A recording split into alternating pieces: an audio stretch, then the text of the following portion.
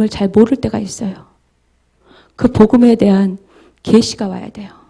그 기쁜 소식, 예수 그리스도에 대한 계시가 와야 되고, 그 예수 그리스도를 통해서 하나님을 아는 지식이 있어야 돼요. 그래야지만 복음을 부끄러워하지 않게 돼요. 우리 아이들이 학교 가서 왜 복음을 부끄러워하는 줄 아세요? 그리스도를 몰라요. 하나님을 몰라요. 왜냐하면 만난 경험이 없기 때문이에요. 부모의 경험이거나 들었던 경험이에요. 간접적인 경험이지 직접적으로 날마다 하나님하고 그런 관계 속에 있지 않기 때문에 복음이 부끄러운 거예요.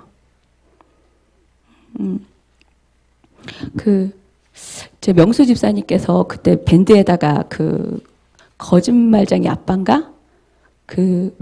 아빠가 이렇게 자녀를 위해서 이렇게 열심히 일하는 거를 이렇게 동영상에 올려놓으셨잖아요. 뭐냐면 아빠가 어린 딸을 위해서 이렇게 완벽하고 멋진 직장이 아니다 보니까 온갖 굳은 일을 다 해요. 그런데 자녀에게 갈 때는 항상 그 굳은 일을 하는 흔적을 남기지 않고 깔끔하게 가서 자녀에게 가는 거예요. 그러니까 우리 아빠가 그렇게 힘든 일을 하는지를 자녀가 몰라요. 그러다가 그 힘든 일을 하는 걸 알고 그 자녀가 아빠의 사랑 때문에 감동받는 그런 영상물이었어요. 근데 그걸 굉장히 예전에도 보고 또 몇 번 더 보고 명수 집사님 올려주셔서 이제 봤어요. 근데 그 이제 영상물을 보면서 좀 생각을 해봤어요. 이런 상황에서 성경에서 이런 영상물을 만든다면 성경은 어떤 영상물을 만들 수 있을까? 그래서 이제 제가 본 성경으로는 이런 영상물을 만들겠더라고요. 어떤 영상물이냐면 이렇게 딸아, 아빠가 오늘은 예를 들어서 이제 거기 영상이 다 기억은 안 나요. 아빠가 오늘 하수도 청소를 하러 가거든? 근데 아빠는 너무 기뻐. 그 하수도 청소를 해서 번 돈으로 너를 먹이기 때문이야. 왜냐하면 난 너를 너무 사랑하기 때문에 그 굳은 일이 창피하지도 않고 그 굳은 일이 힘들지도 않고 그 굳은 일이 감사하고 그 굳은 일이 너무너무 행복해. 너를 먹일 수 있기 때문이야. 난 너에 대한 사랑 때문에 기뻐. 그러면서 아이에게 그 굳은 일을 뭘 하는지를 다 들려주면서 그 일이 얼마나 기쁜지, 그리고 그 일을 할 때마다 너를 사랑하는 마음이 커진다는 거, 너를 위해서라면 어떤 대가도 지불할 수 있고 난 너를 선택할 거라는 거, 그리고 내가 사랑하는 것은 너기 때문에 네가 나의 기쁨이라는 거, 그거를 그 굳은 일을 할 때마다 아이에게 알려줬을 것 같아요. 근데 하나님이 그렇게 성경에서 하셨더라고요. 그러면 그 받는 아이 입장에서는 우리 아빠가 그런 굳은 일을 해 수치스러워하는 게 아니라 우리 아빠가 나를 위해서 그런 굳은 일을 하셔. 근데 우리 아빠가 행복하대. 그러니까 저 굳은 일이 아니라 행복한 일이야. 하수도 청소는 행복한 일이야. 이게 세상의 가치가 아니잖아요. 하늘나라의 가치로 바뀌어지더라고요. 야, 하수도 청소는 행복한 일이야? 왜냐하면 우리 아빠가 나를 사랑해서 하는 일이니까. 그리고 아빠는 나 때문에 행복하대. 그리고 아빠가 하는 어떤 일들도 모두 다 나 때문에 하는 일이래. 근데 너무 사랑해서 행복하대. 그러니까 아빠가 하는 일은 모두 다 행복해. 나를 사랑하기 때문이야. 그러면 나도 아빠가 되면 그렇게 행복한 일을 할 거야. 그리고 나도 그렇게 사랑으로 할 거고 행복하게 기쁨으로 할 거야. 그리고 이게 전해지고 가정의 가풍으로 전해지면서 무엇을 하든지 무엇을 입든지 무엇을 먹든지 사랑과 기쁨과 행복으로 죽게 하듯 하게 될 것 같아요. 그래서 이제 그런 영상물에 영화를 만드는 분은 없을까? 그런 고민을 했어요.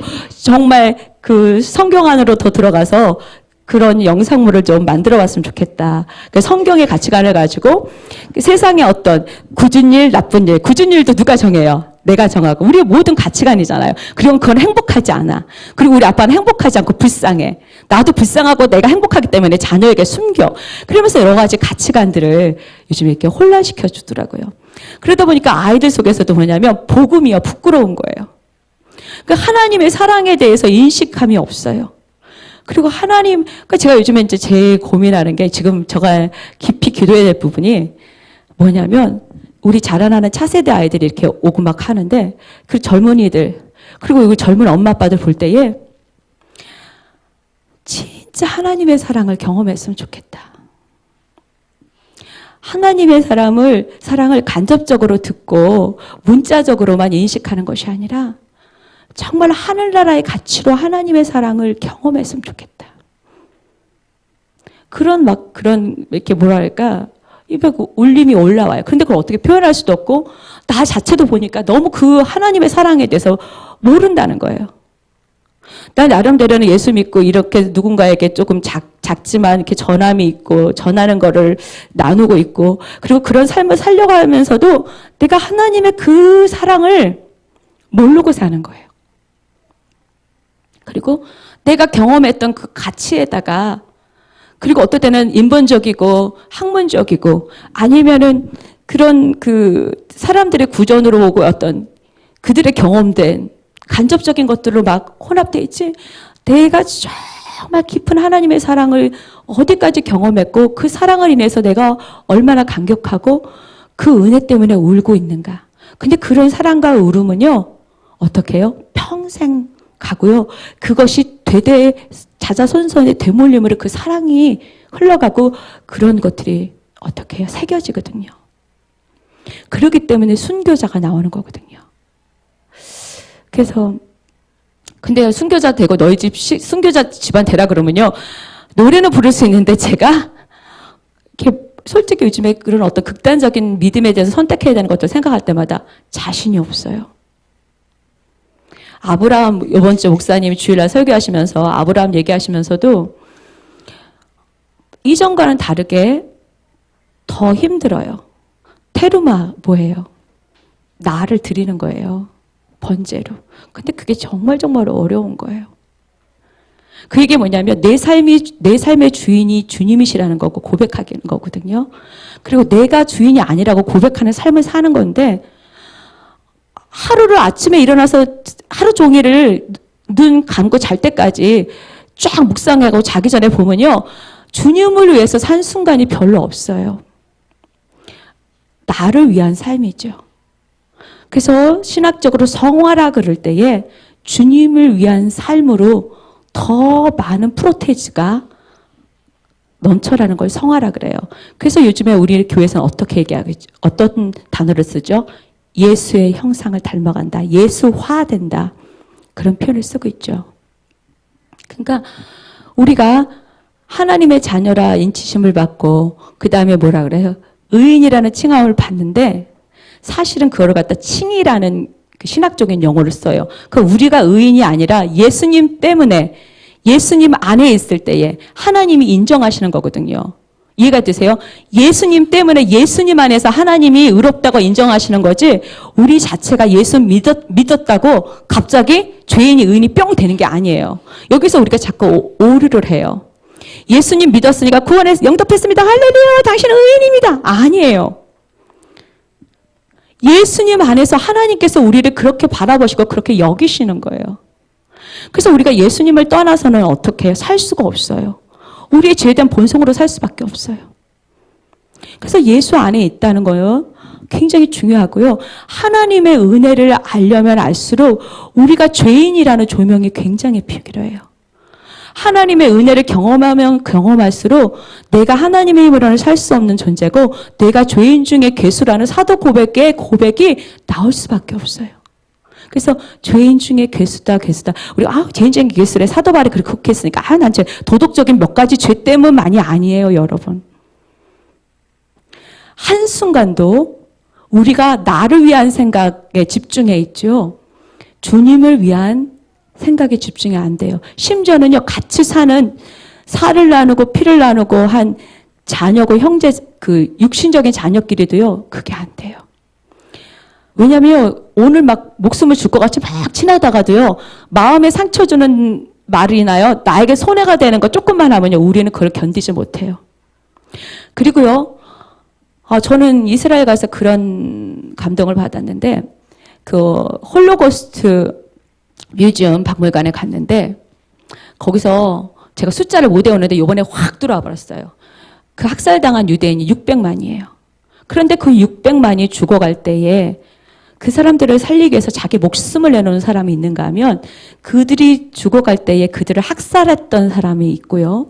그리고 그들을 죽어갈 때 방관했던 사람이 있어요. 그런데 그 방관했던 사람들 중에서는 뭐냐면 자기 육신의 안이 어떤 일이 일어나면요. 그거는 견디지 못해요. 그런데 생목숨이 그 수많은 사람들이 죽어간다 할지라도 어떻게 해요? 관심이 없죠. 그리고 그뿐 아니라 그런 생목숨이 죽어간다 할지라도요. 사치스럽게 나의 감정, 나를 오늘 기분 나쁘게 했거나 나에게 손해를 끼친 사람들, 그런 감정들 때문에 그 감정에 빠져서 어떻게 해요? 헤어나지를 못하고 그 감정의 묵상함에 들어가는 거예요. 그래서 원수가 되고 서로 감정 때문에 안 보고. 그런데 세계에서는 지금도 수많은 일들이 일어나고 있어요. 수많은 사람이 예수의 이름으로 죽어가고요. 수많은 사람들이 기아로 죽어가고. 그러는 가운데서도 우리의 작은 이권과 이익 때문에 이 나라에서도 다툼이 벌어지고 우리 가정 안에서도 다툼이 벌어지고 그 다음에 이익 단체들끼리 자기네들의 이익을 위해서 다툼이 벌어지고 모두 다 어떻게 한 목소리로 내가 왕이라고 그리고 나를 왕으로 섬겨달라고 그렇게 하는 시대가 되었어요. 그게 바로 우상이에요. 그게 바벨이에요. 하나님의 집이 아니라 우리의 육신의 집을 짓는 그런 일들이 일어나는 것 같아요. 제가 이런 고백을 했더니 그리고 또 우리가 연합하기를 싫어합니다. 그러면서 나도 참 연합하기를 싫어합니다. 왜 그러냐면 연합이라는 거는 내가 죽고 하나 되겠다 해야 연합이 되는데 대부분의 사람들이 연합할 때 뭐냐면 네가 내 밑으로 들어와라. 연합하자 그래요. 그러니까 서로 다 안 한다는 거예요. 그러면서 참 연합이 어려운 것 같아요. 이런 얘기들과 더불어 그런 얘기를 했더니 뭐라 그러냐면 다 그런 거 아니냐고. 다 그런 거고 이 땅에 있는 이상 우리가 온전하지 못하니까 다 그런 거 아니냐고. 근데 다 그렇고 이 땅에 있으니까 온전하지 않음에도 불구하고 성경은 뭐냐면 그런 삶으로 초청하고 계신 거예요. 우리가 그렇지 않다는 걸 알고 계시는 그 전제 가운데에요. 그런 삶으로 초청하시는 거예요. 그리스도가 주인 되시는 것들.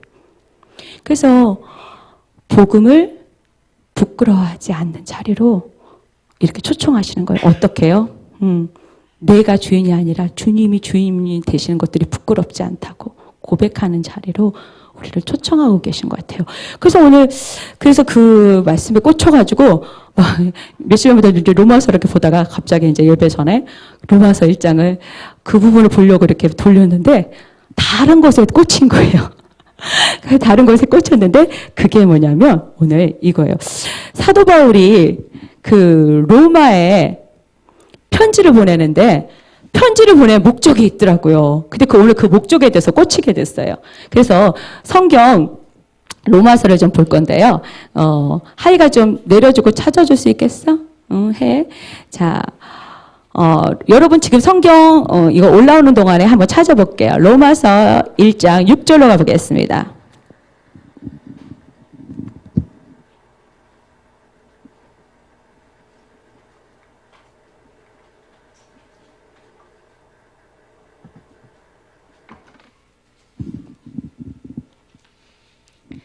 자, 로마서 1장 6절인데요.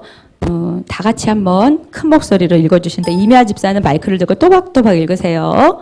자, 시작. 너희도 그들 중에 있어 예수 그리스도의 것으로 부르심을 입은 자니라. 다시 한번 읽겠습니다. 시작. 너희도 그들 중에 있어 예수 그리스도의 것으로 부르심을 입은 자니라. 자, 여기서 보면 너희도 그들 중에서 예수 그리스도의 것으로 부르심을 받은 자니라 그랬잖아요. 그러면 여기 너희가 누구냐요? 그들 중에서 예수의 것으로 부르심을 받은 자들이 누구냐 하는 것이거든요. 근데 로마서를 전체를 다 읽으면 지금 시간이 없으니까 이제 이 부분부터 그냥 시작을 할게요.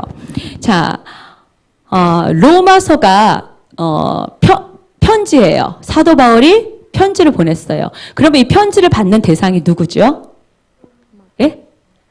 로마 사람들이라고 생각하잖아요. 틀리진 않아요. 그런데 우리가 여기서부터 그 디아스포라에 대한 인식이 좀 있어야 돼요.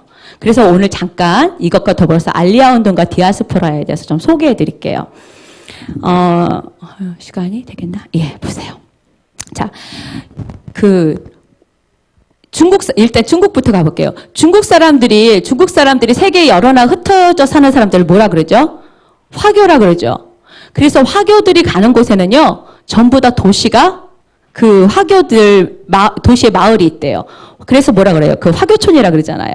예, 차이나타운.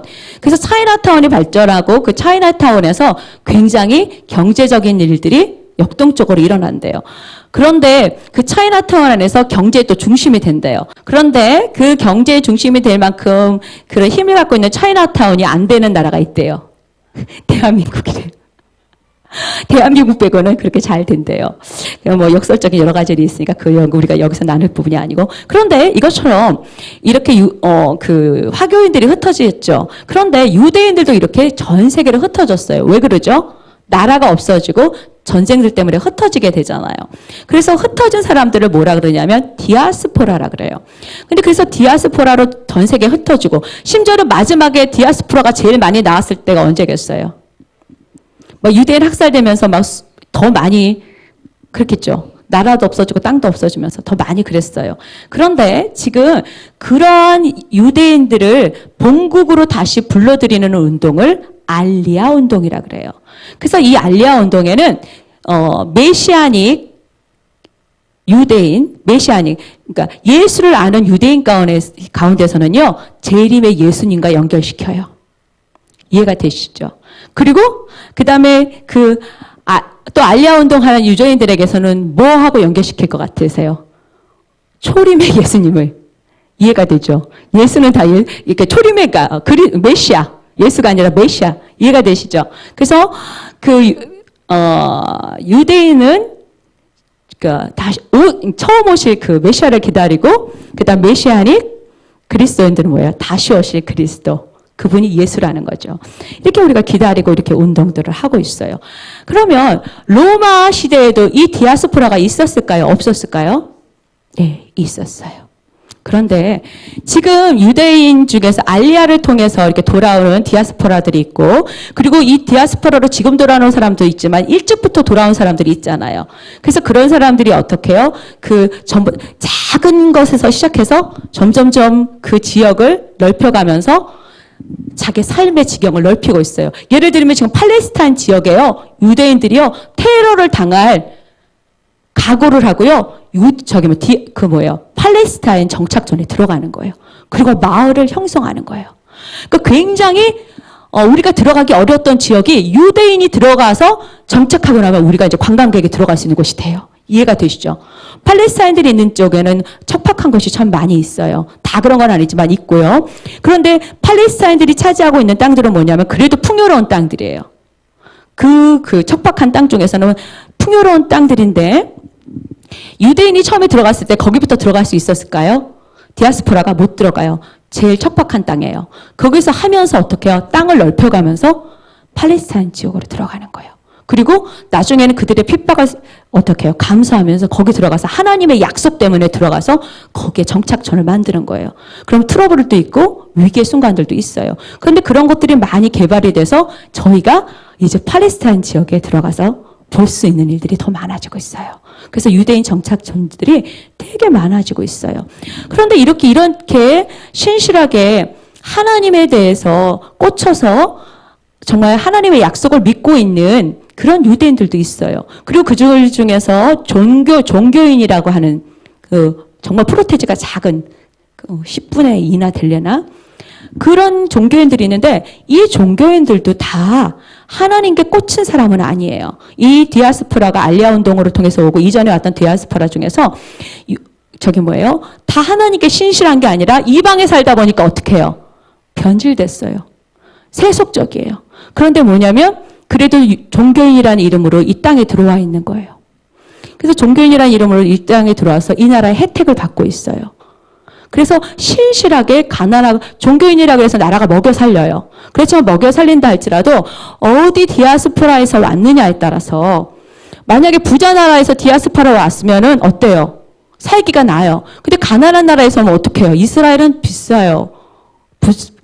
물가도 어려워요. 그런데 왜냐면 하층민으로 살 수밖에 없어요. 그런데도 불구하고 선민의식을 갖고 온 사람들도 있지만, 어떻게 삶의 지경을 옮겨봐서 육신적으로 잘 살아볼까 했던 사람들 중에서도 폭락하고 어려운 사람들이 있어요.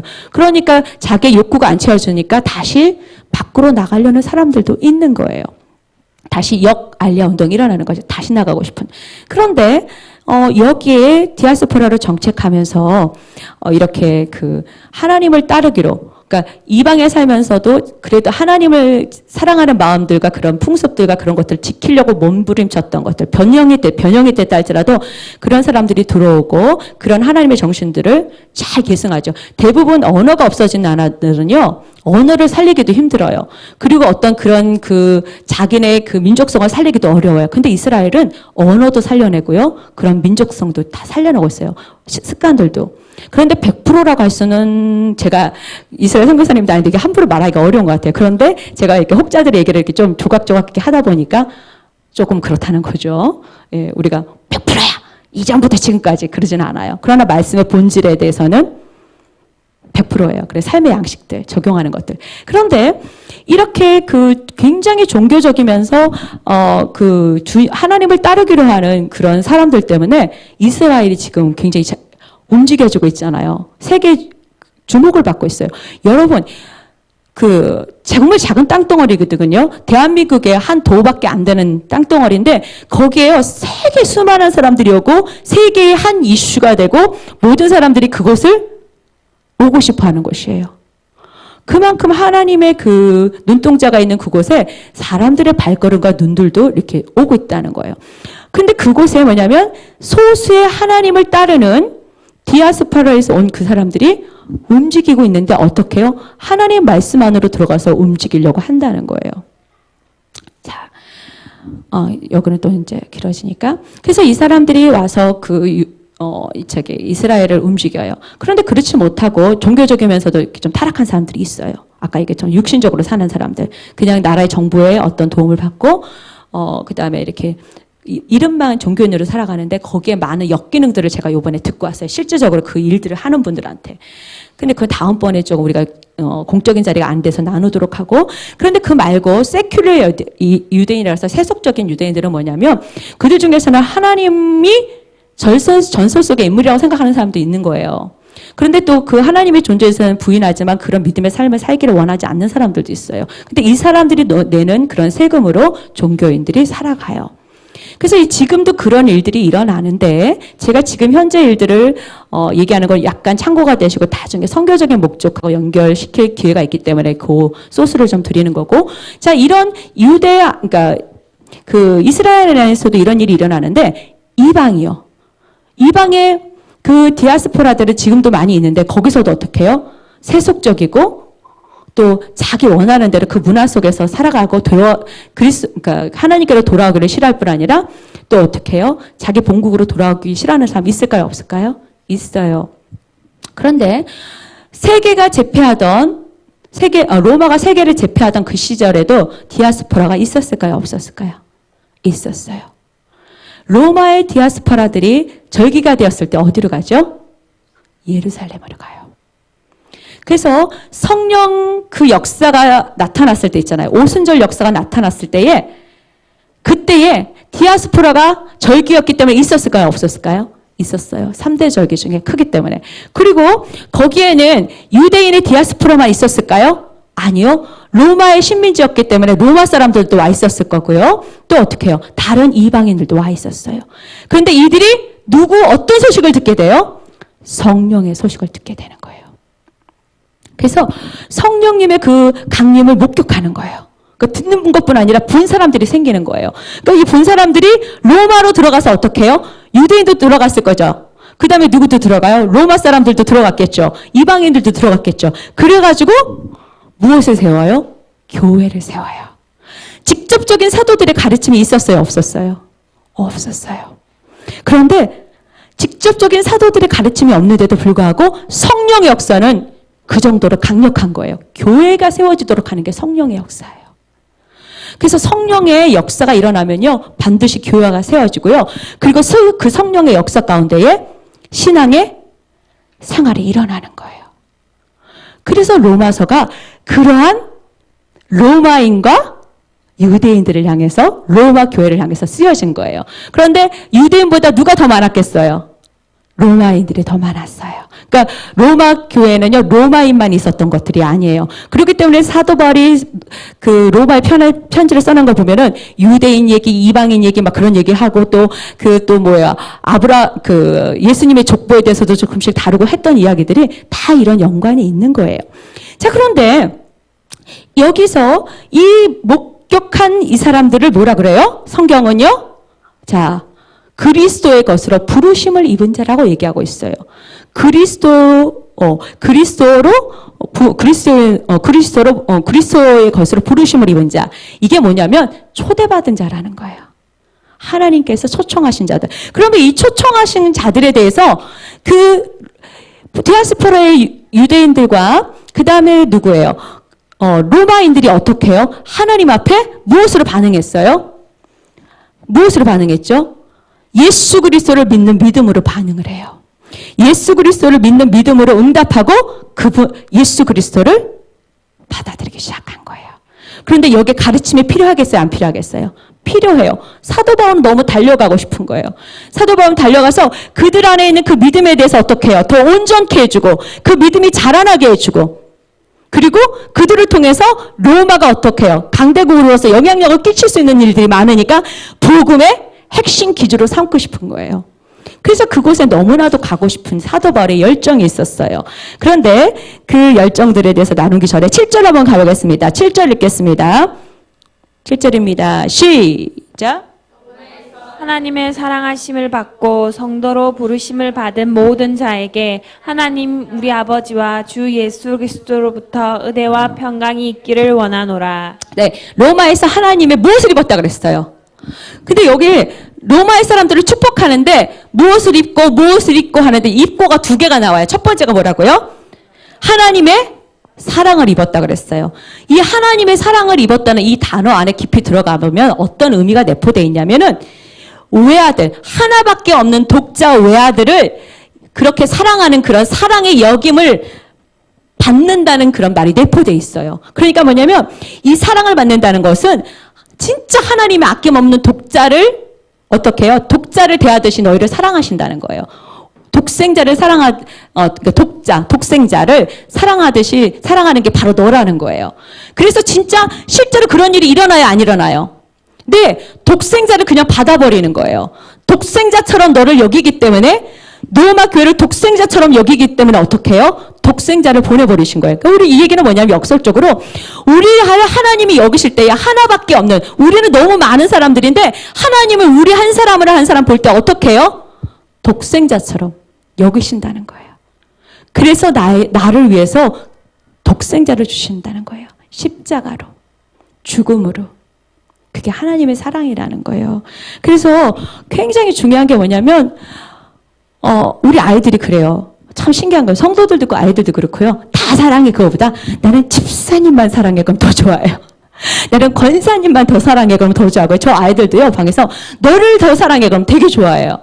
그러죠. 우리는 뭐냐면 독점하고 싶은 마음이 있어요. 근데 정말 하나님 우리 마음을 너무 잘 아세요. 뭐라 그러시냐면 수많은 사람이 있는데 우리 각자에게 다 차오셔서 나는 너만 사랑해. 이렇게 얘기하시는 거예요. 난 너밖에 없고 네가 나의 전부라고 얘기하시는 거예요. 그러니까 하나님이 우리를 사랑하셨다는 건요. 우리는 제가 기도할 때마다 이렇게 기도했어요. 하나님은 다 사랑하시니까, 제가 믿음이 연약할 때, 하나님은 다 사랑하시니까, 내가 미워하는 쟤도 사랑하실 거죠. 근데 하나님, 쟤보다 나를 더 많이 사랑해 주세요. 저는 그렇게 기도했어요. 그리고 정말 어떤 사람이 미웠을 때에 제가, 모세는 그 백성의 죄를 용서해 주시고, 살려달라고 기도했는데 그러면서 그 백성들의 죄를 용서하시지 않을 거면 내 이름을 생명책에서 기록을 어떻게 해요? 지워달라고 그랬는데 저는 어떻게 기도하냐? 정반대로 기도했어요. 하나님 정말 여러분한테 고백한 12년, 13년 전의 일이에요. 하나님 저 사람한테 가장 큰 죄는 구원받지 않는 게 그러니까 저 사람에게 큰 벌은 구원받지 않는 게 벌일 것 같으니까 저 사람이 끝까지 하나님 모르게 해달라 그랬어요. 교회 다니는 분이고 직분자였는데 하나님을 모르는 분이었어요. 근데 저 사람은 끝까지 교회는 다니고 직분자라도 하나님을 모르게 해주세요. 그 큰 벌을 받게 해주세요. 정말 저는 그런 기도를 했거든요. 근데 나중에 회개는 했어요. 그런데 이렇게 하나님의 친구인 사람과 하나님의 친구가 되고 싶은데 친구로서 믿음으로써 순종하지 않는 사람의 삶의 기도가 다른 거예요. 그래서 요즘에 제가 배를 갈아타려고요. 배를 갈아타려고. 그러다 보니까 중보기도자가 되라고 하시는데 뭐라고 하시냐면 중보기도 한다? 예, 뭔 줄 아니? 중보기도를 하려면 내 생명 넣어줄게 하는 게 중보기도다. 너 괜찮니? 이렇게 얘기하시는 거예요. 그 고민에 빠진 거예요. 입술은 고백하는데 안 되니까. 그래가지고 자, 하나님이 어떻게 해요? 독생자를 나로 생각하시는 거예요. 그래서 그 예수 그리스도를 어떻게 해요? 나를 위해서 보내신 거예요. 그 독생자의 사랑은 뭐냐면 그분의 외아들의 사랑이 바로 나인 거예요. 그러니까 하나님이 뭐라고 하시냐면 나는 너밖에 없다. 나는 너밖에 없어. 이렇게 고백하시는 거예요. 저기 묻잖아요. 나밖에 없다고 부부끼리 너밖에 없다고 하더라도요. 등 돌리고 자요. 그런데 하나님은 그러신 적이 없으세요. 너밖에 없다고 하시는 하나님의 사랑이 있어요. 그런데 이렇게 너밖에 없다는 그 사랑으로 독생자를 주신 그 하나님 너무너무 크시죠. 그 사랑을 하나님의 사랑을 입은 자다 이렇게 얘기하는 거예요. 너밖에 없다. 그리고 두 번째로 사도 바울은 또 뭐라 그러냐면은 이런 성도들을 향해서 로마의 성도 그리고 여러분 우리 모두 성도들을 향해서 뭐라 그러냐면은 무엇으로 부름을 받은 자라 그랬어요? 성도로 부름을 받은 자라는 거예요. 우리 맨날 그 목사님들한테 예전부터 설교 많이 드셨잖아요. 성도가 뭐라 그랬어요? 성도 한자로 거룩한 길을 가는 자 이런 뜻으로 한자로 풀죠. 근데요, 이 성도라는 뜻 안에 들어가면요, 히브리어는 뭐라고 표현하죠?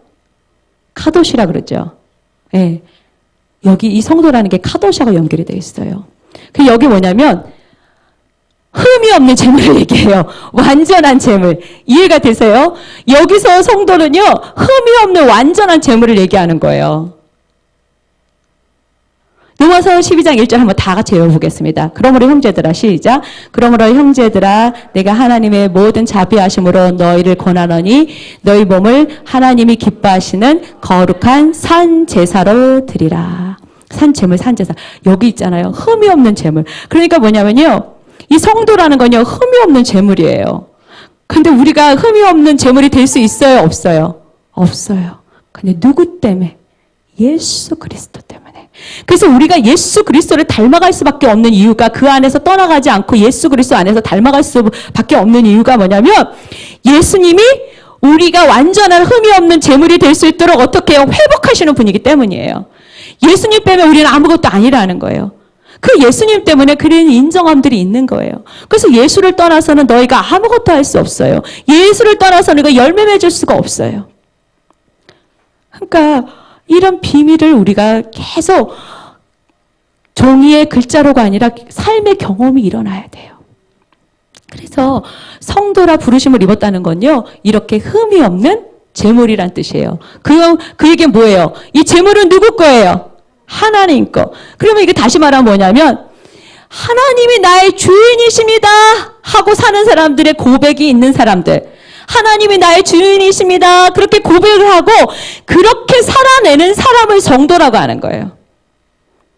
그러니까 교회에 온 사람한테 우리가 그냥 예수님에 대해서 시인도 안 했는데 성도라 그러는 건 어떤 의미에서는 성도가 아니라 그냥 우리가 형제 자매님이 더 나을 것 같아요. 그러니까 성도라는 게 우리가 그만큼 무게감이 있는 일들이에요. 쉽게 성도님이 그게 쉽게 불러지는 게 아니에요. 그래서 주라 고백하는 것들. 우리 갈라디아서 5장 16절 18절 보겠습니다. 갈라디아서 16장 18절 볼게요. 자, 읽겠습니다. 시작. 내가 이르노니 너희는 성령을 따라 행하라. 그리하면 육체의 욕심을 이루지 아니하리라. 17절도 밑에다 떼요. 같이. 자, 17절 읽겠습니다. 시작. 육체의 소욕은 성령을 거스리고 성령은 육체를 거스리나니 이 둘이 서로 대적함으로 너희가 원하는 것을 하지 못하게 하려 함이니라. 자, 성령으로 따라 행하면 육체의 욕심을 이루지 못한다 그랬죠. 그러면서 뭐라 그러냐면 육체의 소욕은 성령을 거스리고 성령은 육체를 거스린다. 그러면서 여기가 포인트예요. 둘이 대적함으로 어떻게 해요? 함께 공존할 수 있다는 거예요? 없다는 거예요? 없다는 거예요. 이 얘기가 뭐냐면 하나님만 선택할 때에 그것이 성도라는 거예요. 그리고 그 성도는 어떻게 해요? 성령을 따라 행해요. 그리고 욕구대로 살지 않는다고 얘기하고 있어요. 육체의 욕구대로 살지 않고 성령을 따라 행하고요.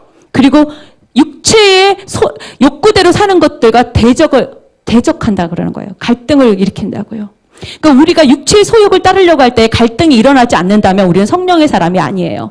그런데 우리 가운데에 육체의 소욕을 따르려고 할 때에 영적인 갈등이 일어나면 우리가 성령 안에 있는 거 맞아요. 그래서 성령의 심령의 화에 맞으면요, 이런 일들이 일어나지가 않아요. 성령 가운데 있을 때에 반드시 갈등이 일어나요. 우리가 죄에 대해서 몸부림치고 고민하고 우리가 때때로는 주 안에서 기뻐하기도 하지만 죄 때문에 슬퍼하는 이유가 뭐냐면 성령이 우리 안에 거하시지 않으면 우리가 죄 때문에 슬퍼할 수가 없어요. 성령이 계시면 기쁨도 있지만요, 죄 때문에 오는 슬픔과 고단함들이 있는 거예요. 그래서 뭐라고요? 성도는 그러니까 전제로 하나님 앞에 번제로 나를 드리는 거예요. 그게 성도예요. 흠이 없이 하나님 앞에 드리는 거. 가도시. 자, 그래요. 그래서 이 말씀을 잊지 마시기 바랍니다. 그래서 사도 바울이 이렇게 뭐라 그래요? 우리를 향해서 로마 교회만 아니에요. 우리도 어때요? 이방인들이죠. 예수를 아는 우리들. 우리 격가지죠. 우리들에게도 동일하게 얘기하고 있습니다. 부르심을 입은 자들아, 초대받은 자들아, 너희가 복음에 응했느냐? 그래, 너희들은 그런 사랑을 입은 자야. 독생자를 받을 만큼 너희들을 독생자처럼 생각하는 하나님의 사랑을 입은 자들이야. 그리고 너희는 어떻게 성도로서 하나님 앞에 흠이 없는 사람으로 드려진 제물이야. 그렇기 때문에 예수처럼 흠이 없는 그 성결함으로 내가 거룩하니 너희도 거룩하라는 하나님의 음성 앞으로 나와야 된다고 말하고 있는 거예요. 자, 그리고 나서 자, 어디로 가냐면 로마서 1장 7절 가보세요.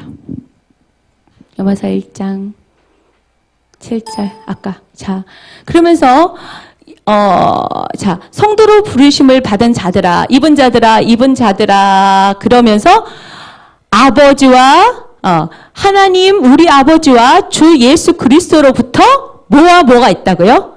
은혜와 평강.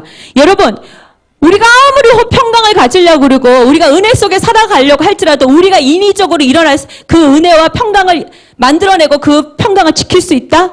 없다. 누구로부터요? 하나님 아버지와 우리 주 예수 그리스도로부터 우리가 받지 않으면 이것들이 우리의 것이 될 수 없다는 거예요. 그러니까 성령님이 그래서 우리를 날마다 어디로 가게 하세요? 하나님 우리 아버지에게로 가게 하세요. 그리고 우리 주 예수 그리스도께로 인도하는 것이 성령의 역사인 거예요. 그래서 성령의 역사가 굉장히 중요해요. 그 성령님이 어떻게 해요?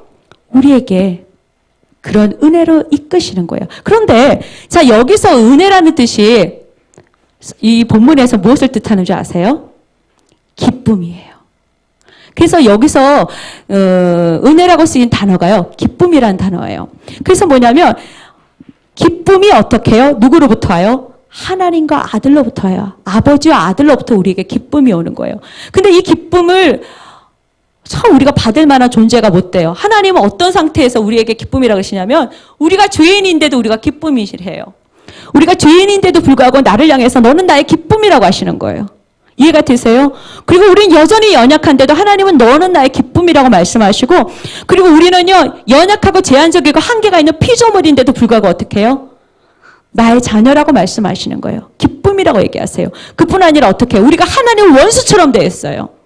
우리가 살 때요 하나님을 존중하고 주인으로 섬기지 않아요. 내가 주인을 섬기고요, 내가 주인으로 섬기지 않는다는 거냐, 하나님을 대적하는 거라고 아까 봤죠. 그리고 하나님 원수로 여기는 거예요. 그런데 그 대적하고 원수로 여기는 나를 어떻게 해요? 기쁨이라고 말씀하세요. 그리고 그 기쁨 주기를 원하시는 하나님이신 거예요. 은혜 주기를 원하시는 하나님이세요. 그래서 그 기쁨, 은혜 주기를 원하시는 하나님의 기쁨이 우리에게 오게 되면 어떻게 해요? 성령 안에서 기뻐하게 되는 거예요. 희락의 영이 일어나는 거예요. 그래서 그 기쁨의 샘이 흘러넘쳐서 무엇을 이루어요? 평강을 이루는 거예요. 그리고 그 평강이 어디서부터 와요? 그 은혜의 기쁨으로부터 오는 거예요. 그래서 하나님과 막힌 담이 없어지면서 어떻게 해요? 평화의 관계로 들어가게 되는 거예요. 사도 바울이 이런 축복을 하는 거예요.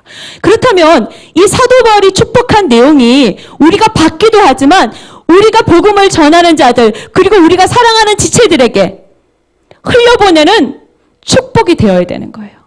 여러분이 이러한 축복들을 여러분이 이러한 축복들을 여러분 자녀와 우리 헤브론 공동체와 믿음의 형제 자매들에게 하고 있느냐는 거예요. 사도 바울이니까 그렇지. 그러면 성경 뭐하러 읽어요? 그럼 예수님처럼 되라 그랬으면 사도 바울처럼 또 돼야 될 거 아니에요. 그러면 우리가 어떻게 해요? 우리 자녀들과 우리 성도들과 믿음의 공동체를 볼 때 어떻게 축복해야 돼요? 부르심을 입은 자, 초대함을 받은 자들, 그리고 믿음으로 응답한 당신들을 축복합니다. 그리고 그들에게 축복해야 돼요. 그리고 어떻게 축복해요? 하나님의 하나밖에 없는 독생자를 받을 만큼 당신은 하나님의 독생자입니다. 하나밖에 없는? 이제 오해하면 안 돼요. 무슨 뜻인지 아시죠? 그렇게 하나님이 중요하게 생각하는 그런 사람이 당신입니다. 이게 예언이에요. 그런 예언들을 풀어내야 되는 거예요. 그리고 예수 안에서. 그리고 또 뭐라고 축복해야 돼요? 다시 여러분, 당신은 성도입니다. 흠이 없는 하나님의 제물로 서시길 축복합니다. 흠이 없는 하나님의 제물로 살아가시길 축복합니다. 당신의 삶의 진정한 주인이 예수 그리스도가 되시고 하나님 아버지가 되시길 축복합니다. 우리가 그런 축복을 해야 돼요. 그리고 아까 우리가 갈라디아서 5장에서 봤던 것처럼 성령 안에서 어떻게 해요? 육체와 육적인 것과 싸우라고 권면을 해야 돼요. 우리가 이런 권면을 하지 않으면 우리는 어떻게 해요? 영적인 보내심을 받은 자가 아닌 거예요. 그래서 보내심을 받은 자는 반드시 있잖아요. 죄에 대해서 싸우지 않는 사람들에게 죄에 대해서 싸우라고 이야기를 해줘야 돼요. 하나님과 함께 할 수 없다고. 그것들에 대해서 반드시 얘기해야 돼요. 사랑하니까. No! 성경의 사랑은 그렇게 얘기하지 않았어요. 성경의 사랑은 뭐라고 그러냐면 그 죄에 대해서 떠날 것을 전하라 그랬어요. 적극적인 태도를 하지 소극적인 태도를 취하고 있지 않아요. 그러면서 뭐라 그래요? 완전한 제물이 되어서 당신이 주님 앞에 회복되기를 원합니다. 당신은 회개하기를 원합니다. 그런 일들이 우리 가운데 일어나야 돼요. 우리끼리도 왜 부부끼리도 당신은 회개해. 그럼 기분 나쁘잖아요. 목사님이 가끔씩 농담 반 진담 반으로 박미애 회개해. 그러면은 어느 날 아멘 그러지만 어떨 때는 당신이나 좀 회개하지 이런 말이 올라와요. 근데 뭐예요? 하나님의 음성으로 안 들린다는 거예요. 뭐예요? 나를 열받게 했던 남자라 보이는 거예요. 그러니까 하나님의 음성으로 못 듣는 거예요. 그러면 누구예요? 내게 유익이 없는 거예요. 우리가 그러한 쓴 것을 먹는 것들이 훈련이 안 돼 있어요. 제가 쓴 것을 먹는 훈련이 안 돼 있어요. 여러분, 다 우리 1, 2, 3, 4 중에서 1이 뭐였죠? 히브리어로 알렙. 신성을 따르기로 한 사람 알렙이었죠. 그리고 신성을 따르기로 한 사람이 무엇을 짓는다 그랬어요? 집을 지어요. 하나님의 집, 베트. 근데 이 집을 짓는 사람은 어떻게 해요? 자유의지로 겸손하게 복종해서 어떻게 해요? 자유의지를 어떻게 해요? 자유의지로 선택을 해요. 어떻게 하기로? 달래, 복종하기로. 자유의지로 복종하기로 선택한 거. 이게 굉장히 중요하더라고요. 근데요, 자유의지로 복종하는 게 잘 안 돼요. 여러분의 자녀들이 여러분보다 영적 권위가 없다고 생각했었는데 그 아이들이 믿음의 말을 할 때에 그 김매라고 달래가 되세요?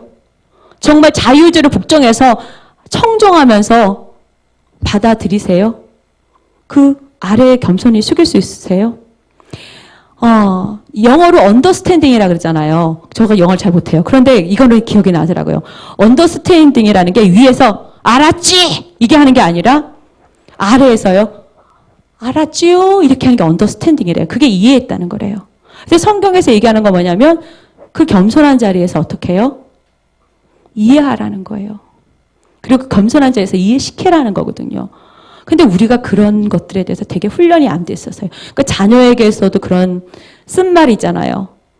그 김매라고 달래가 안 돼요. 자유의지를 복종시켜서 그리고 나를 낮추면서 듣는 이렇게 경청하는 것들이 안 돼 있고요. 심지어는 우리 영적인 그 리더들이나 아니면 또 영적인 경험을 하거나 어떤 그 충고를 주려는 사람들한테도 쓴 거 먹는 것들이 훈련이 잘 안 돼 있어요. 그러니까 뭐예요? 그러니까 하나님의 신적인 훈련을 하겠다고 집을 짓기로 결정했음에도 불구하고 자유의지 그 부분에서 문제가 해결이 안 되면 그 다음에 뭐예요? 종속, 달래는 문을 여는 거잖아요. 기도의 문을 여는 건데 기도의 자리에 들어갈 수가 없어요.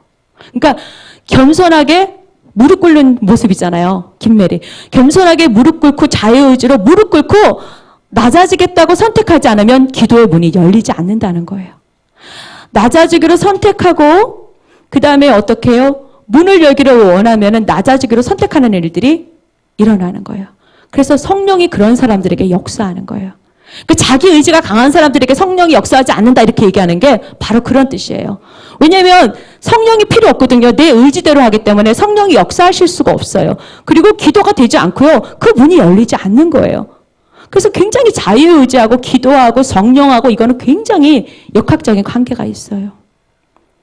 그래서 이런 부분이 있습니다. 그래서 우리가 하나님 앞에서 나아갈 때에 그런 고백들이 있어야 돼요. 네. 우리 8절로 가볼게요. 읽겠습니다. 시작. 먼저 내가 예수 그리스도로 말미암아 너희 모든 사람에 관하여 내 하나님께 감사함은 너희 믿음이 온 세상에 전파됨이로다. 내가요 너무너무 감사한데요. 예수 그리스도로 말미암아 너희 모든 사람에 관하여 내 하나님께 감사하대요. 감사의 조건이 누구예요? 감사의 대상은 하나님인데 감사의 조건이 뭐예요? 너희들 때문에. 예수 안에서 누구 때문에? 너희들 때문에. 대부분의 그 감사가 뭐예요? 나 복 받아서 감사하잖아요. 나 오늘 재정 생겨서 감사했고 나에게 무슨 일이 있어서 감사했는데 사도 바울이 우리에게 믿음을 제시하는 것들은 뭐냐면 너희들 이렇게 해라가 아니라 뭐예요? 자기의 믿음의 고백 속에서 우리에게 권면하는 거예요. 자기의 믿음의 고백 속에서 우리에게 권면하면서 뭐라고 권면하고 있냐면 너희 모든 사람들 때문에 내가 감사하대요. 왜 감사하냐면 그 감사의 내용이 뭐냐면 너희 믿음이 성장했고 그 믿음의 성장의 소식이 소문이 난 것들로 인해서 기뻐한대요. 이 얘기는 뭐예요? 너희들의 믿음의 성장이 나에게 기쁨이 된다는 거예요. 우리의 기쁨이 과연 뭐냐는 거예요. 오늘 더 일용할 양식이 생긴 것이 우리의 기쁨인가요? 아니면 정말 우리의 자녀의 믿음이 성장하고 주님 안으로 들어간 것이 더 기쁨인가요? 우리 헤브론의 지체들이 더 믿음으로 성장한 것이 우리의 최고의 기쁨인가요? 이 열방 가운데 하나님을 아는 지식으로 덮인 것들이 우리에게 기쁨인가요? 여기서 너희는 먼저 그 나라와 그 의를 구하라가 여기 나오는 거예요. 우리의 기쁨이 무엇이냐? 우리가 어떨 때 기뻐하느냐가 마태복음 6장에 말씀대로 사느냐 안 사느냐 결정인 거예요. 우리가 어느 대목에서 기뻐하느냐, 어디에서 기뻐하느냐.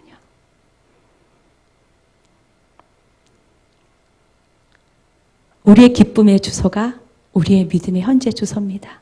항상 기뻐하라 그러니까 기뻐하잖아요. 근데 유독 기뻐할 때가 기뻐하는 에너지가 다를 때가 있어요.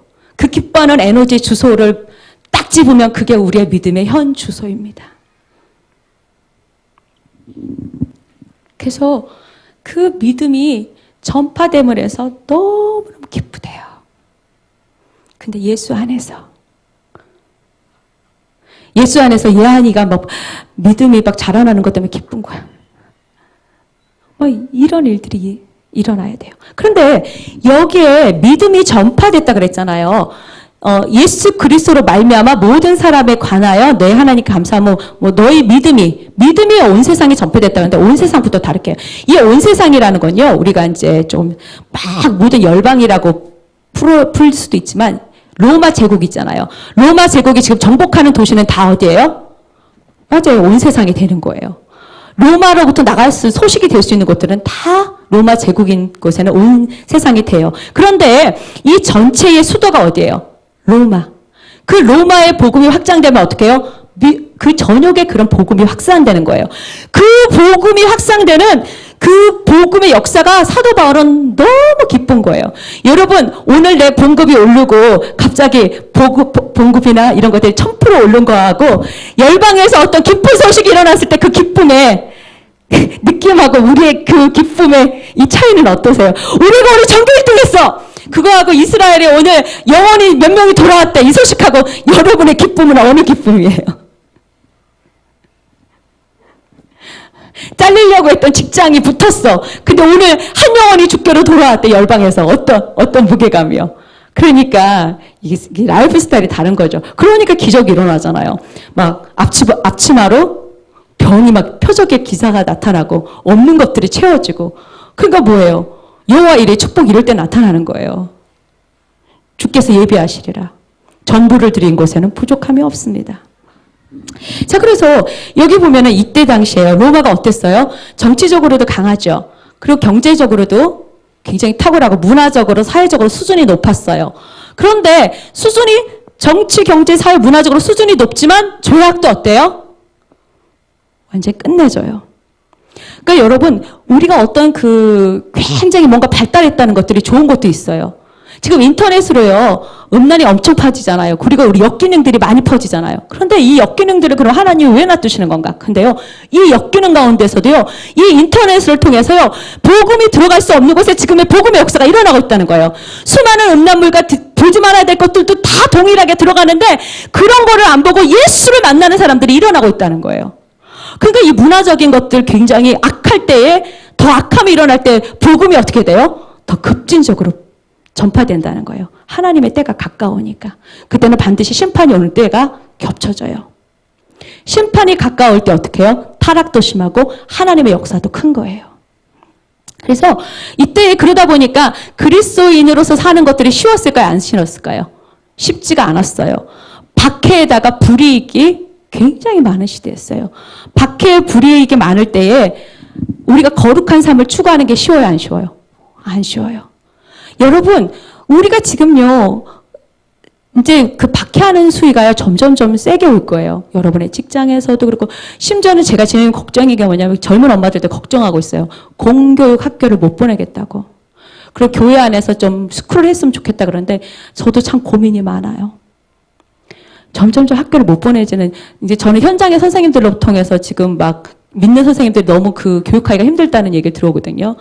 근데 목 잘릴까봐, 밥벌이 못할까봐 이렇게 타협해야 되는 상황도 있고, 수많은 지금 공직에 있는 분들이 그런 어떤 충돌 때문에 힘들어하는 분들도 있어요. 믿음의 양심이 있기 때문에.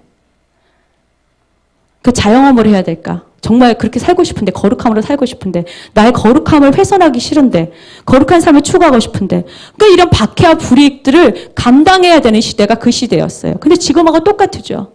지금까지 우리가 지금 얘기했던 것들이 어떻게 해요? 그 시대나 지금이랑 똑같아요. 그런데 여기 특별한 사람들이 바로 로마교회 교인들이었다는 거예요. 새로운 가치관. 세상 사람들하고는 다른 가치관으로 살기를 결정하고요. 인생의 목적 자체도요, 그들하고 다른 새로운 인생의 목적과 그런 가치관들이 개혁이 돼버린 거예요. 그리고 어떻게 해요? 삶의 방식까지도요, 박해와 고난을 선택하는 거예요.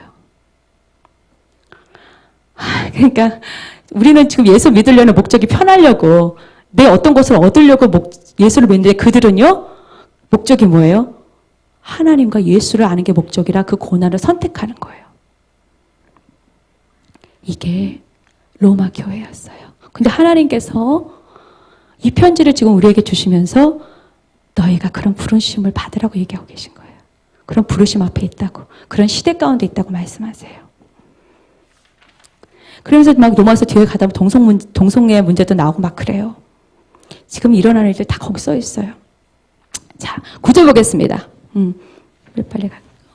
자, 9절 보겠습니다. 읽겠습니다. 시작. 내가 그의 아들의 복음 안에서 내 심령으로 섬기는 하나님이 나의 증인이 되시거니와 항상 내 기도에 쉬지 않고 너희를 말하며. 네. 자, 누가 나의 증인이 되신대요? 하나님이. 근데 하나님이 나의 증인이 되신데 어떤 증인이 되신대요? 내 기도의 증인이 되신대요. 누가 내 기도를 듣고 계세요? 하나님이 내 기도의 증인이 되신대요. 여러분의 기도의 증인이 누구세요? 하나님이세요. 나의 기도의 소리를 들으시는 분이 나의 증인이 되어주시는 거예요. 그 사도 바울은 하나님이 나의 증인이라고 택하는 거예요. 그러면 하나님을 증인으로 세울 정도면 이 사람이 하나님이 증인으로 세울 정도의 삶을 산다면 어떻게 몸부림치면서 살았는지 아시겠죠? 말이나 행동이나 그것들이 하나님이 보고 계신다는 전전의식 속에서요, 얼마나 부딪히며 살았겠냐고요. 그러니까 오라 나는 공고한 사람이로다. 그리고 이 죄에서 나를 건져줄 사람이 누가 있겠냐고. 그리고 난 죄인 중에 괴수라 그러면서 날마다 하나님의 전전의식이 있기 때문에 죄와 싸우기를 어떻게 해요? 계속했던 거예요. 그리고 하나님이 나를 보고 계시다는 걸 알았어요. 그래서 뭐예요? 그 하나님이 나에게 증인이 되신다 그러면서 하나님을 사랑하면서 두려워하는 거예요. 경외감에서 살았던 거예요. 그래서 근데 뭐예요? 증인이 되시고 하냐? 내가 너를 위해서 기도하고 있어. 그런데 그 기도예요. 사도 바울이요. 정말요. 바쁜 사람이에요. 그렇죠? 바쁜 와중에서도요. 심지어는 그 전해지는 이야기로는요. 사도 바울이요. 자기가 기도하는 사람들 그 교회들 있잖아요. 교인들의 이름을 다 넣어갖고요. 목록 기도를 했다는 소리가 있어요. 엄청난 중보기도자죠. 와, 대단해요. 그래서 제가 너무 놀란 게 뭐냐면, 그런데 이 만나지도 않은 로마인들을 위해서 기도하고 있죠. 자, 여러분, 이게 굉장히 중요해요. 만난 적도 없는데, 기도로 뭐 하고 있어요? 교류하고 있어요. 성령을 통해서 교류하는 거예요. 만난 적도 없는데, 기도는요, 성령 안에서 교류할 수 있는 충분한 능력이 되는 거예요. 그래서 영 가운데요, 우리가 갈 수 없는 장소를 가고요, 영 가운데 만날 수 없는 사람을 만나는 거예요. 그래서 기도로 영적인 유대감을 키우는 거예요. 그런데 하나님의 역사가 나타나는 거예요. 기도가 굉장해요. 그래서 그 기도가 굉장하기 때문에 그 기도의 증인이 하나님이시라는 거예요. 사도 바울은 기도의 능력을 아는 사람이었어요. 그래서 기도를 하는데, 자, 10절로 가보겠습니다. 읽겠습니다. 시작. 어떻게 하든지 이제 하나님의 뜻 안에서 너희에게로 나아갈 좋은 길을 얻기를 구하노라. 어떻게 하든지 이제 내가 하나님의 뜻 안에서 너희에게로 나갈 좋은 길 얻기를 구하노라. 내가 정말 가고 싶다는 거예요. 왜요? 지금까지 그렇게 하나님의 증인이 되실 정도로 그러니까 나를 보고 계시는데 내 그 기도의 내용이 너희를 사랑하는 그 기도인데 그 기도가 어떻게 해요? 이루어지기 위해서 나는 정말 가고 싶다는 거예요. 그리고 나는 그 일을 위해서 가기를 구한다 이 뜻이 뭐냐면 계속적으로 기도하고 있다는 거예요. 어느 안에서? 하나님의 뜻 안에서 기도하고 있어요. 근데 하나님의 뜻 안에서 기도했는데요. 가기는 가요. 바울이 언제 가요? 로마에 죄인이 되어갔고요. 로마 군인에게 체포돼서 로마로 가요. 바울이 가고 싶었는데 그런 방법 바울이 선택했나요? 아니요. 하나님이 선택하셨어요. 그런데 그 기도로 이루어졌나요? 네, 이루어졌어요. 근데 신기하게 내 남편이 새로워지리라 그랬더니 남편 직장이 잘려. 내 자녀가 새로워지리라 그랬는데 자녀에게 무슨 일이 생겨. 이 방법 누가 선택했어요? 하나님이. 그런데 내 기도 응답 됐어요, 안 됐어요? 됐어요. 하나님의 개입이 시작됐다는 거예요. 하나님이 일하고 계시다는 거예요. 그래서 하나님은 좁은 길을 갖다 놓으셨어요. 죄수의 몸으로. 그리고 신기한 건요. 바울이요. 테러의 위험을 갖고 있었어요. 성경을 이렇게 보다 보면요. 바울을 테러하려는 사람들이 집단으로 이렇게 있었어요. 근데 하나님이 이 집단으로 테러하려는 사람들을 피해서 어떻게 해요? 로마 군인까지 대동해가지고 로마까지 안전하게 데려다 주세요. 그리고 복음을 더 능률적으로 전하게 하세요. 하나님의 목적이 뭐였어요? 바울이 로마 가는 게 목적이었어요? 아니면 복음 전도하는 게 목적이었어요? 복음 전파였어요. 그럼 우리 가정에 남편을 변화시키겠다는 거는 남편 직장을 주시겠다는 뜻이에요? 아니면은 남편이 하나님의 사람 되겠다는 거예요? 하나님의 사람 되겠다는 거예요. 그러면 그 하나님의 사람 되는 데 있어서 직장이 필요하면 직장을 주실 거고 직장이 없게 하면 직장이 없게 하실 거고 어떻게 해요? 궁극적인 뭔가냐면 하나님의 사람이 되도록 하는 것이 하나님이 나를 훈련하시는 목적이에요. 그렇기 때문에 우리가 하나님의 가치와 우리의 가치가 다른 거예요. 자, 11절로 가보겠습니다. 11절 읽겠습니다. 시작. 내가 너희 보기에는 간절히 원한 것은 어떤 신령한 은사를 너희에게 나누어 주어 너희를 견고하게 하려 함이니. 네, 여기 심히 원한다 그랬죠. 내가 너희 보기를 간절히 원하는 것, 내가 너희 보기를 간절히 원하는 것, 이 심하게 원한다는 것이 뭐냐면 마음을 졸일 정도로요. 간절히 만나고 싶대요. 그러니까 마음을 졸일 정도로 간절히 만나고 싶은 이유가 뭐라고요? 첫 번째, 신령한 은사를 너희에게 주기 위해서다. 여기서 신령한 은사가 뭘까요? 네? 네. 진리의 지식.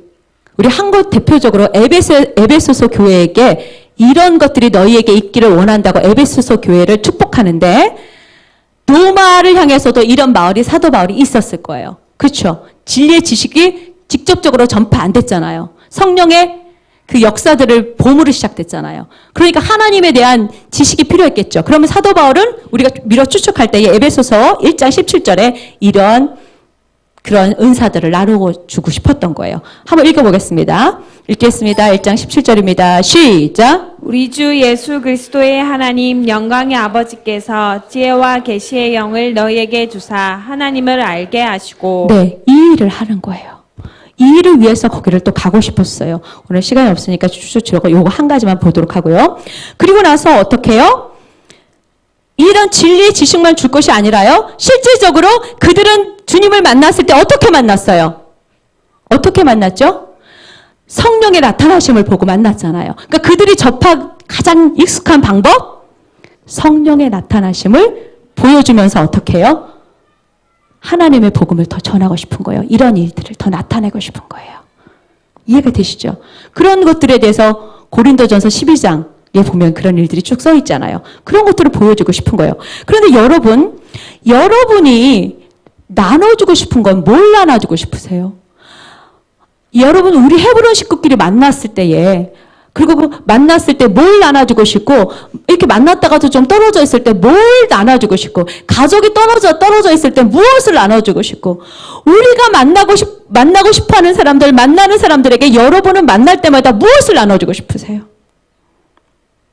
그리고 그들이 보고 싶을 때마다 무엇을 나눠주고 싶으세요? 사도 바울은요, 본인의 고백을 하지만 너희들도 이렇게 살으라는 거예요. 너희들도 이렇게 신령한 은사를 나눠주는 그런 만남을 가지라는 거예요. 우리가 사람을 대하고 만날 때 뭐예요? 신령한 은사를 나눠줄 수 있는 사람이 돼야 돼요. 11절로 가라. 로마서 1장 11절. 성경 찾자고 계속 쭉쭉쭉 얘기를 좀 해드릴게요. 자, 이렇게 보면 신령한 은사를 너희에게 나눠줬다 그랬는데, 예를 들어서 빌립이 어디에서 전도를 했어요? 사마리아 지역에서 전도를 할 때 굉장한 부흥이 일어났어요. 그런데 이때 예수를 믿고 사람들이 뭘 받았어요? 세례를 받았어요. 그런데 이들이 세례를 받고요, 성령을 받았어요? 못 받았어요? 성령을 받지 못했어요. 그런데요, 누가 가서 기도해 주죠? 베드로하고 요한이 가서 기도해 줄 때 성령을 받아요. 그러면 지금 이 시대에도요, 보면은 복음을 받는데 예수를 믿고 세례를 받은 사람이 있지만 성령을 알지도 못하고 성령 세례를 받지 못한 사람이 있을까요? 없을까요? 있어요. 우리가 만나는 교회 사람들, 그리스도인이라고 하면서도 성령을 모르고 성령 받지 않은 자들이 있다는 사실이에요. 그럼 우리가 그들을 만났을 때 뭐예요? 신령한 은사를 나누어 줘야 돼요. 이해가 되시죠? 복음이 많이 외쳐지잖아요. 그런데 성령이 없는 복음이 외쳐져요. 그래서 성령의 역사가 나타날 때 복음의 깊이가 더 깊이 들어가요. 그게 굉장히 중요해요. 그러면 우리 교회에 하나님이 원하시는 게 뭘까요? 우리가 신령한 은사를 나눠주길 원하시는 거예요. 지금 목사님이 가신 그 충청도 쪽에 그 교회도요, 그런 쪽에 사역을 하려고 하지만 목사님밖에는 없어요. 그리고 몇몇 목사님들이 있지만 그게 활성화가 안 됐고요. 굉장히 많이 종교적인 분위기고요. 많이 지역 자체의 복음이 굉장히 침체돼 있어요. 근데 그 불을 일으키기가 쉽지가 않아요. 그 연합이 되지가 않아요. 그리고 심지어는 그 도시에 뭔가 연합사역을 하려고 가더라도요, 그것들에도 영적 공격이 있어요. 연합사역 하려고 가는데 마음이 더 나뉘는 거예요. 이해가 되세요? 정말 기도가 필요해요. 그래서 우리가 어때요? 오늘 사도 바울이 한 그런 기도들을 그 지역으로 해서 해줘야 돼요. 그 교회로 해서 해주고, 그 다음에 어떻게 해요? 이런 은사들을 같이 나눠주고 풀어줘야 돼요. 한 명이 천하보다 귀하다고 했잖아요.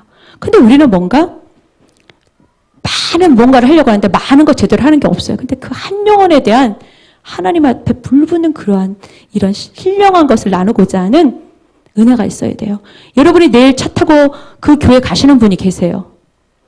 여러분이 서천에 있는 내일 교회에 가는, 방문하는 교회의 방문 목적이 무엇인가요? 신령한 은사를 나누기 위해서요. 그리고 아까 축복하기 위해서요. 그리고 그러려면 하나님 앞에서 증인이 되십시오 하면서 하나님 앞에서 그것을 위해서 중보 기도가 있어야 되는 거예요. 이해가 되시겠어요? 그래서 목사님이 어디 가실 때요, 우리는 연합체이기 때문에요, 기도를 해야 돼요. 그래서 하나님이 우리의 기도의 증인이 되신다. 이렇게 얘기할 수 있어야 돼요. 이해가 되세요? 함께 하는 거예요. 자, 그러면 신령한 은사를 주고 또 뭐라 그랬어요? 신령한 은사를 주고 뭘 주고 그랬어요? 너희를 견고하게 한다. 믿음을 견고히 세운다는 거예요. 이게 우리의 사명이라고 얘기하고 있어요. 그런데 이 견고케 할 때요, 우리가 체험했던 거 자랑하는 거 아니에요. 이해가 되세요? 우리가 아는 뭔가 학문적인 지식, 신학적인 지식, 성경 조금 안다는 것들을 뭐예요? 자랑하고 나타내고 내가 누구인지 존재감을 드러내려는 것이 아니라 어떻게 해요? 오로지 그들에게 믿음이 성장하고 하나님께 가까이 갈 수 있도록 내가 어떻게 해요? 하나님의 도구가 되는 거예요. 나는 없고 누구만요? 예수님만. 그리고 당신이 사랑받은 하나님의 그 한 사람입니다를 충분히 전해줄 수 있는 그런 도구가 되어야 된다는 거예요. 예, 굉장히 중요해요. 우리 방문 목적이 그거예요. 사도 바울의 방문 목적이 이 일하려고. 첫 번째, 신령한 은사를 나눠주는데 내가 나눠주는 게 아니잖아요. 내가 도구가 되어서 하나님이 그분이 일하실 수 있도록, 성령님이 일하실 수 있도록 예수 안에서 어떻게 해요? 신령한 은사를 흘려보내는 거예요. 두 번째 어떻게 해요? 경고케 하는 거예요. 내가 아니라 어떻게 해요? 내 경험 자랑하고 나 이렇게 은혜 받았다. 그리고 내가 아는 성경 지식 그러고 나 찬양 조금 더 먼저 시대 가운데 안다. 그거 아니라 우리가 뭘 하냐면 예수 그리스도를 향하신 그 마음을 막 흘려보내줘야 되는 것 같아요. 그래서 제가 이런 것들에 대한 죄를 많이 범했어요. 제가 항상 저한테 하나님 하시는 말씀이에요. 선줄로 생각하면 넘어질까 조심하라. 항상 어떻게 해요? 교만하고 내가 누구라고 했을 때 하나님 반드시 물으세요. 네가 얼마나 연약한 존재인지. 그래서 우리가 이러한 부르심 앞에 서야 돼요. 그리고 또 하나는 뭐냐면 방문 목적이 세 번째예요. 뭐예요? 복음의 확장이었어요. 굉장히 중요하기 때문에. 소천의 복음이 약하다 그랬죠. 성령의 역사도. 그러면 방문의 목적이 뭐예요? 그 가운데 성령이 운행하실 수 있도록 썩어지는 미랄이 되는 거예요. 미랄이대로 가는 거예요. 그리고 우리가 앞으로 어느 도시를 가고 무엇을 하러 가든 미랄이대로 가는 거예요. 그러면 가는 사람만 그러냐? 아니요. 보내는 사람들도 가는 사람이기 때문에 동일하게 해야 돼요. 더 못 가기 때문에 어떻게 해요? 몇 배의 부담감을 가지고 함께 동참해야 되는 거예요. 자, 그러면 13절 보도록 하겠습니다. 읽겠습니다. 시작. 형제들아, 내가 여러 번 너희에게 가고자 한 것을 너희가 모르기를 원하지 아니하노니 이는 너희 중에서도 다른 이방인 주에서와 같이 열매를 맺게 하려 함이로되 지금까지 길이 막혔도다. 자, 세 번째로 또 가고자 하는 목적이 뭐였어요? 열매를 맺게 하려고. 열매를 맺게 하려고 우리가 가는 거예요. 어떤 열매요? 성령의 열매들이요. 그래서 우리가 썩어져 죽음으로 인해서 어떻게 해요? 성령의 열매들이 그 땅 가운데에 나타날 수 있도록. 그래서 그 연합하려면 어떻게 해요? 성령의 열매들이 나타나야 돼요. 내적인 성령의 역사들이 나타나야 돼요. 외적으로도 막 하나님의 나타나심과 기적과 표적이 나타나야 되지만 진정한 그 도시의 붐을 일으킬 만한 어떻게 해요? 심령 가운데에 역사를 일으키는 성령의 내적인 열매들이 필요해요. 사랑과 희락과 화평과 오래 참음과 자바의 양성과 충성과 온유와 절제와 성령의 열매들이 맺혀져야 돼요. 우리가 그것들을 사모하면서 가는 거예요. 그런데 사도 바울은 이렇게 가면서 뭐라 그러냐면 또 얘기를 해요. 이제 제가 오늘은 그 부분은 이제 살펴보지 않고 지금 말씀으로 한번 드릴게요. 이렇게 가가지고 나도 세우고 너희도 세우려고 한다. 우리가 함께 서자 이렇게 얘기해요.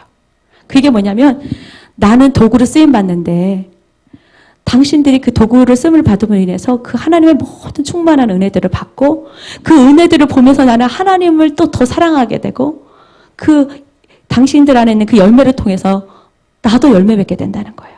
그래서 함께 가는. 그래서 사도 바울이 고백해요. 우리가 그리스도 안에서 함께 하나 되어서 함께 성장하는 것들. 난 그걸 기대하고 있다.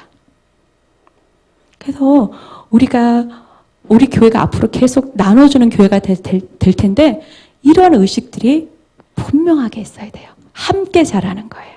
우리가 가는 곳, 그곳에 모든 지체들과 함께 자라요. 13절 보도록 하는데 여기 형제들아 이렇게 했죠. 형제들아 하는 것은 형제라는 게 자궁이란 뜻이 있어요. 그래서 어떻게 사람들이 생각하냐면 같은 어머니의 태에서 태어났다. 그런 사람이 형제다. 아니면 같은 조상으로부터 동포가 형제다. 그런데 성경은 이것에서 국하지 않고 뭐라고 했냐면 예수 그리스도 안에 공동체가 형제다고 얘기하고 있어요. 예수 그리스도 피값으로 하나님의 자궁 안에 잉태된 우리 모두가 다 형제다. 그래서 형제가 연합하여 동거함이 어찌 그렇게 선하고 아름다운 거. 그래서 우리 가운데 우리 헤브론이 그러한 부르심 앞에 섰으면 좋겠어요. 저런 아이들까지도요. 그래서 그런 믿음의 삶을 살아가면 얼마나 복받은 헤브론이 아닐까요? 그래서 내일 가실 분들은 몇 시까지죠? 9시요? 9시 반까지 교회로 오시면 돼요. 장집사님하고 어떻게 의논되셨나요? 가시기 전에 확실하게 알려주세요. 여기 오셔서 같이 가시면 뭐 기름값도 절약되기도 하고 또 드림 드시잖아요. 운전하려면. 그러니까 그거 의논해 주시고요. 이은하 집사님이 내일 간다 그랬죠? 늦지 않고 오세요. 네. 그래서 내일 가서 또 거기에 우리의 작은 눈물과 땀을 하나님께 미랄로 올려드렸으면 좋겠어요. 그래서 거기에 새로운 역사가 일어나도록, 그리고 치유받을 분들이 치유될 수, 작은 시작이 될 수 있도록 우리가 축복하는 시간이 됐으면 좋겠어요. 이 시간에